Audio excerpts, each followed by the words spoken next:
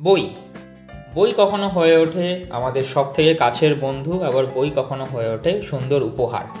আমরা এই ভিডিওতে আজকে দেখাবো এই বছর মানে 47তম কলকাতা ইন্টারন্যাশনাল বুক ফেয়ারের জার্নি, যেখানে আমরা গেছিলাম। বইমেলা এখন শেষ, 31 তারিখেই শেষ হয়েছে, সেই ভিডিও নিয়ে আজকে আলোচনা করব।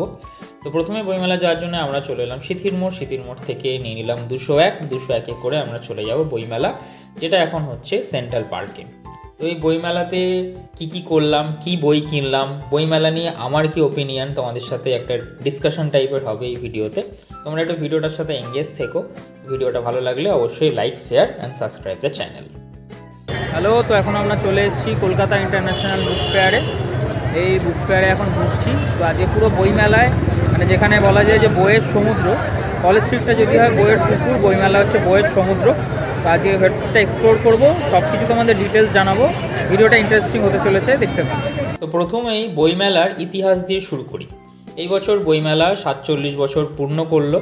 তো বইমেলা হচ্ছে এশিয়ার one of the largest book fair, মানে এশিয়ার যত বইমেলা হয় তাদের মধ্যে সব থেকে লার্জেস্ট হচ্ছে এই কলকাতা ইন্টারন্যাশনাল বুক ফেয়ার। আর ওয়ার্ল্ডের মধ্যে অন্যতম একটি বুক ফেয়ার হচ্ছে এই কলকাতা বুক ফেয়ার।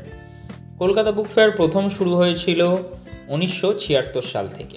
তারপরে কলকাতা বুক ফেয়ারের পথ চলা শুরু। আমার কলকাতা বুক ফেয়ারের সাথে পরিচয় হচ্ছে ময়দানে বা গড়ের মাঠে, যেখানে ছোটোবেলায় বাবা মায়ের হাত ধরে গেছিলাম। তারপর ময়দান থেকে তার স্থান পরিবর্তন হয়ে সেই বইমেলা হয় মিলন মেলায়, যেটা সায়েন্স সিটির উল্টো দিকে, এবং এখন বেশ কিছু বছর ধরে এই সেন্ট্রাল পার্কে বইমেলা অর্গানাইজ করা হচ্ছে। তো বইমেলা শুধু কি বইয়ের মেলা নাকি অন্য কিছু রয়েছে? বইমেলায় সকলে আসছে, ভিড় হচ্ছে, বই বিক্রিও হচ্ছে, কিন্তু সকলে বলছে যে বই পড়ছে না। তো সেই সব বিষয় নিয়ে আলোচনা করব। তো প্রথমে বলি যে বইমেলাতে কোনো রকম কোনো টিকিট থাকে না। যারা অনেকেই জানো না বা যারা অনেকে বইমেলা আসনি, বইমেলায় কিন্তু কোনো রকম টিকিট থাকে না। বইমেলায় ফ্রি অফ কস্ট ঢোকা যায়। আর বইমেলায় মেনলি কি হয়, বইমেলায় হচ্ছে পশ্চিমবঙ্গের এবং পশ্চিমবঙ্গের বাইরেও অনেক পাবলিশার্সরা আছে যারা মূলত বই ছাপায়। তারাই এখানে ছোট ছোট স্টল করে তাদের যে ছাপানো বই, সেই সব বইগুলোর কালেকশন নিয়ে আসে পাঠকদের জন্যে। বইমেলার সাথে এই বইয়ের দোকানের সাথে কিন্তু অন্যান্য দোকানও থাকে। তো যদি ওভারঅল মেলাটা দেখতে হয়, সেখানে আমার অনুযায়ী যে হচ্ছে 70% আমি দেখলাম হচ্ছে বইয়ের দোকান, 20% দেখলাম হচ্ছে খাবারের দোকান। বইমেলায় কিন্তু অনেকেই এবছর বলছে যে ফিশ ফ্রাই খেতে যাচ্ছে, তো বইমেলায় কিন্তু খাবারেরও একটা হিউজ সেকশন আছে। আর বাকি 10%-এর মধ্যে 5% থাকে হচ্ছে কিছু হ্যান্ডক্রাফটের দোকান, আর 5% থাকে হচ্ছে কিছু হচ্ছে যেরকম হচ্ছে পোশাক, জামা কাপড়, ব্যাগ, এই সবের দোকান। তো এই সব মিলিয়েই বইমেলা। তো আমরা বলতে বলতে বইমেলার কয়েকটা দোকান ঘুরে চলে এলাম বইমেলার একদম সেন্টারে, যেখানে রয়েছে গিল্ড হাউস। আর এবছরের বইমেলার থিম হচ্ছে ইউকে, মানে ইউনাইটেড কিংডম। প্রতি বছরই বইমেলার একটা করে থিম সেট করা হয়, সেই দেশের থিম অনুযায়ী বইমেলার থিমটাকে সেট করা হয়। তো ইউকের যে ব্রিজ বা যে গেট, সেটা ওখানে করা হয়েছে। তারপরে এখানে রয়েছে I love Kolkata book fair, আর ঠিক পেছনেই তোমরা দেখছো রয়েছে এখানে গিল্ড হাউস। আমার এই বইমেলায় প্রথমেই চোখে পড়লো একটা বিশেষ আকর্ষণ, যেটা ওনারা অ্যানাউন্সও করছে, যেটা হচ্ছে সত্যজিৎ 100 আর ফেলুদা 50। বইগুলো কেনার খুব ইচ্ছা ছিল আমার। বইগুলোর দামটা একটু হাই, যেমন এইগুলো, এই সত্যজিৎ 100-র দাম ছিল 700 টাকা, আর ফেলুদা 50-এর দাম ছিল 500 টাকা। যারা কিনেছো তারা খুব লাকি, আমার কেনা হয়নি। তো এবারে টু দ্য পয়েন্ট চলে আসি, যে সকলে এটা বলছেন যে বই আগের থেকে মানুষ বেশি পড়ছে না কম পড়ছে। আমি যেটা শুনছিলাম এখানে, সেটা যারা আসছেন অতিথিরা তারা যেরকম বলছেন যে বই বিক্রির পরিসংখ্যান অনুযায়ী ওনারা জানাচ্ছেন যে বই বিক্রি হচ্ছে অনেক, কিন্তু বই কি পড়ছে সবাই, সেটা নিয়ে অনেক কোশ্চেন রয়েছে। তো আমার মনে হয় যে না, বই যে পরিমাণে বিক্রি হচ্ছে, মানে যদি আমি ধরে নিই যে 100টা বই বিক্রি হয়, তার মধ্যে হয়তো 30 থেকে 40টা বই পাঠকেরা পড়বে।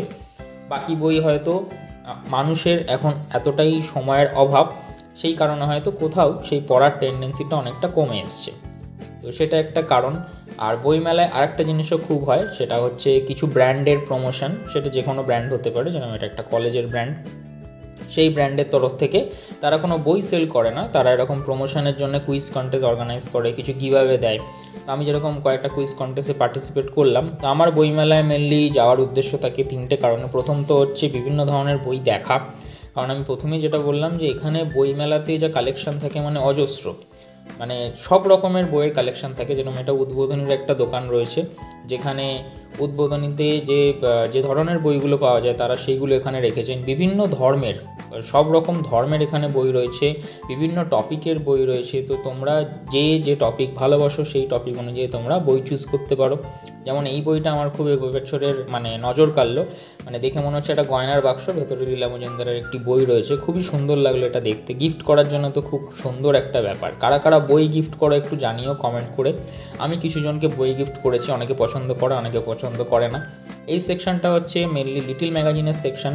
যারা এত বড় পাবলিশার্স নয় বা যারা ইন্ডিপেন্ডেন্টলি তাদের কিছু লেখা প্রকাশ করে, তারা সকলে মিলে ছোট মোটামুটি 200 থেকে 300টা স্টল মিলে এরকম একটা লিটল ম্যাগাজিনের সেকশন তৈরি হয়, যেখানে তারা তাদের লেখাগুলো পাঠকদের কাছে পৌঁছে দেয়। বইমেলায় তোমাদের এন্টারটেন করার জন্য অনেক রকম লোকজন তোমরা দেখতে পাবে, যেরকম দেখাচ্ছি তোমাদের। তো সব কিছুই তোমরা বইমেলাতে পাবে। সেই জন্যে বইমেলাটাকে আমার মনে হয় যে একটা মেলার নাম দেওয়াই উচিত, যেখানে বেশিরভাগ থাকে বই। যেমন এই ফুড কোর্টটা দিনে দিনে আমি দেখলাম যে বেড়েই চলছে ফুড কোর্টের পরিমাণটা। বইমেলাতে লোকজন যাবে, খাওয়া দাওয়া করবে, সেটা ঠিক ফাইন, বাট সেটার জন্য মনে হচ্ছে যে মানে ফুড কোর্টের সেকশনটায় ঢুকলে তোমাদের মনে হবে যে ফুড ফেস্টিভ্যালে চলে এসছো। হয়তো এটা ফুড ফেস্টিভ্যালেও এর থেকে ছোটো জায়গার ওপর হয়। আর যে 5% বলছিলাম, সেই 5% হচ্ছে এরকম হ্যান্ডক্রাফটের কিছু জিনিস, যেরকম ছবি আঁকা, পেন্টিং, হাতে আঁকা কিছু জিনিস, মাটির তৈরি জিনিস, যেগুলো এখানে শিল্পীরা এনে বিক্রি করেন। তাদের কোনো নির্দিষ্ট স্টল থাকে না, তারা এরকম রাস্তার ধারেই বা মাঠের চারদিকেই তারা বসেন। কিছুজন আছেন তারা এরকম পোর্ট্রেট রেখে দেয়। মুক্তমঞ্চে সবসময় কোনো না কোনো প্রোগ্রাম অর্গানাইজ হতে থাকে। তো মোটামুটি বইমেলা এলে তোমরা একটা গ্যারান্টি, সেটা হচ্ছে তোমরা বোর হবে না। মানুষকে এন্টারটেন করার জন্য কিন্তু সব রকমের এলিমেন্ট এখানে প্রেজেন্স রয়েছে।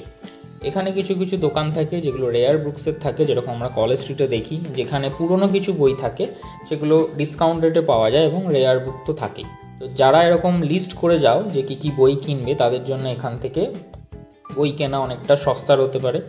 এবার আমি প্রতি বছর বা আগেও যখন গেছি, মানে যখন হাতে অনেকটা সময় ছিল, তখন অনেকগুলো করেই বই কিনতাম, 3-4টে করে। কারণ এখন যেহেতু সময়টা অনেকের কম সকলের হাতেই, তো সেই জন্যে আমি আমার মতামত যে বইটা বা যে কটা বই আমি পড়তে পারবো এক বছরে, একটা বইমেলা আমরা জানি যে 1 বছরের গ্যাপ থাকে নেক্সট বইমেলার, তো মোটামুটি 1 বছরের মধ্যে আমি যে বইগুলো কমপ্লিট করতে পারবো সেটা কিনলেই মনে হয় সুবিধা। তাতে বইটারও অপচয় হলো না, আমার টাকাটাও সাশ্রয় হলো। তো সেই জন্য যদি তোমরা লিস্ট করে যাও, আমি যেরকম 3টে বইয়ের লিস্ট করে গেছিলাম, আমি 3টে বই কেনার জন্য এসেছি। এবং আমার মেন টেন্ডেন্সি থাকে হচ্ছে এখানে যে কুইজ কম্পিটিশানগুলো থাকে সেগুলোই অ্যাটেন্ড করার, সেগুলো খুব এক্সাইটিং হয়। সকলে মিলে ভিড় করে দাঁড়িয়ে পড়ে একটা সব রকম কাউন্টারে। বিকালে সন্ধেবেলা থেকে এটা বেশি চালু হয়, দুপুরেও হয়, অল্প জায়গায় হয়। তো সেটা তোমরা করতে পারো। আর একটা জিনিস এখানে ভালো হয়, সেটা হচ্ছে এখানে যে একটা ডিসকাশন হয়, যেরকম ফিল্ম ফেস্টিভ্যালেও একটা ডিসকাশন হয়, এখানে যেরকম মিড ছিল, বড়িয়া মজুমদার ছিল, বিক্রম ঘোষ ছিল, এখানেও খুব ভালো একটা ডিসকাশন হচ্ছিলো। তো এরকম ডিসকাশনও হয়, তোমরা সেগুলোও গিয়ে অ্যাটেন্ড করতে পারো। তোমরা বইমেলায় ঢুকলে বোর হবে না। আর বইমেলায় নির্দিষ্ট কোনো টাইম হয় না, তোমরা যখন থেকে এটা ওপেন হয় তোমরা সারাদিন চাইলে থাকতে পারো, 5 ঘন্টা 4 ঘন্টা। পুরো মেলাটা ঘুরতে গেলে তো অনেকটা সময় লাগেই, প্রতিটা স্টল যদি তুমি ঘুরতে চাও।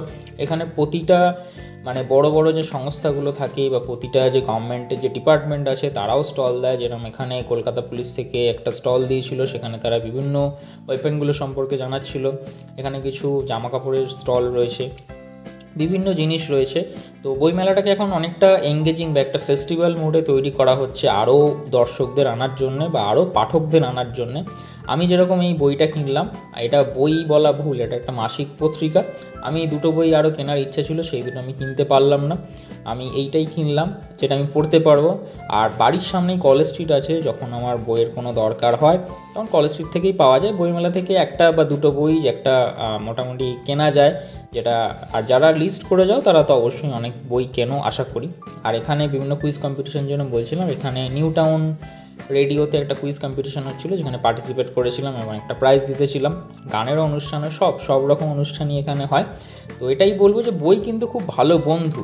যারা বইয়ের নেশায় মগ্ন তারা জানে, তাদেরকে আলাদা করে কিছু বলার নেই।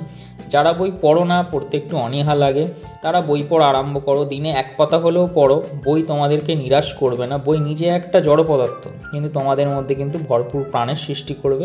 আর এই বাস স্ট্যান্ড থেকে সব জায়গার বাস পাওয়া যায়, আমি বাস ধরে নিলাম বাড়ি আসার জন্যে। এই হচ্ছে আমার সেই গিফট কুইজ কম্পিটিশান থেকে নেওয়া। এই বছরের মতো বইমেলা এখানেই শেষ করলাম। বইমেলা খুব ভালো লাগলো যে এত সুন্দর করে বইমেলার অর্গানাইজ করা হয়েছে। Thanks for all, keep watching.